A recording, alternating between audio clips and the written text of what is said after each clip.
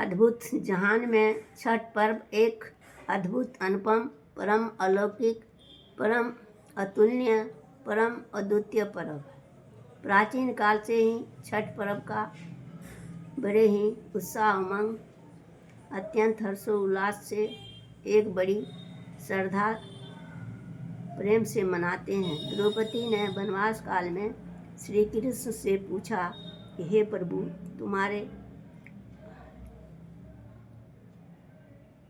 और हमारे दुखों का अंत कैसे होगा? कृपया हमें तत्काल बताएं। प्रभु बोले, छठ का पर्व करने से तुम्हारा सारे कष्ट दूर हो जाएंगे। तुम्हारा घर सुख शांति, धन धान्य, समृद्धि से भर जाएगा। सूर्य भगवान प्रसन्न होकर एक ऐसा द्रौपदी को पात्र दिए और बोले, यह पात्र तब तक खाली नहीं होगा जब तक तुम भोजन नहीं कर लोगी। यह पर्व यूपी और बिहार में विशेष रूप से मनाया जाता है। छठ पर्व एक अद्भुत अनोखा पर्व है। भारत के लोग सूर्य को प्रत्यक्ष देवता मानते हैं, क्योंकि सूर्य से ही भूत भविष्य वर्तमान के समस्त जड़ चेतन पदार्थ उत्पन्न होते हैं, उसी में विलय भी हो जाते हैं।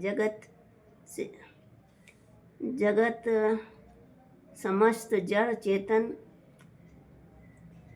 वर्ग सूर्य की रश्मियों से ही जीवन धारण करते हैं। सूरज की रश्मियों में 6 अपरितम शक्तियाँ विद्यमान हैं। भगवान सूरज की ये 6 शक्तियाँ ही छठी मैया कहलाती है। छठी मैया तिथि के उपवास रहने के कारण इस व्रत का नाम छठ पड़ा। सूरज की उपासना करने से हमें आरोग्यता की प्राप्ति होती है। छठ पर्व करने समय सुख शांति, आनंद, धन संपत्ति की प्राप्ति होती है। छठ पूजा एक ऐसी अद्भुत अनोखी पूजा है जो 4 दिनों तक चलता है। इस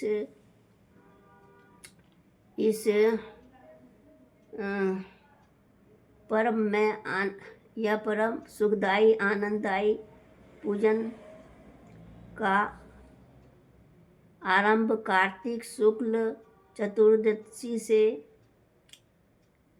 शुरू किया जाता है और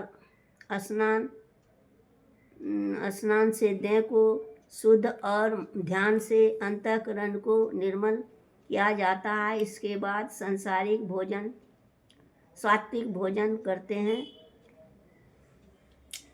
पंचमी तिथि को दिन भर उपवास कर शाम में गन्ने के रस से बना खीर खाते हैं। छठी को दिन भर उपवास कर पूरी ठेकुआ बनाते हैं। 3 बजे से ही पूजा सूर्य के लिए विभिन्न प्रकार के पकवान, पूरी को सभी तरह के फलों को सूप में सजाया जाता है और अक्षत, अलता, दीप जलाकर 4 बजे तक घाट पहुंच जाते हैं और सभी व्रती अपने पानी में प्रवेश करके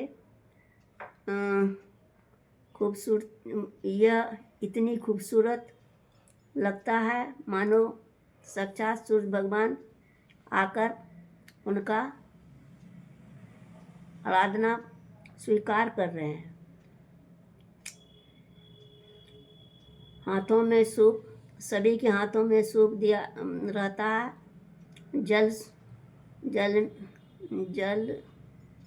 जब सूर्य डूबने लगता है तो अर्घ दिया जाता है। फिर सभी घर वापस आते हैं। फिर सुबह सभी घाट पर जाते हैं और नदी में प्रवेश करते हैं और सूरज को फिर दोनों हाथों में सूप लेके अर्घ देती है और फिर घर आ जाते हैं। यह ऐसा परम अद्भुत अनोखा पर्व है जिसकी महिमा का वर्णन बखान नहीं किया जा सकता है। यह पर्व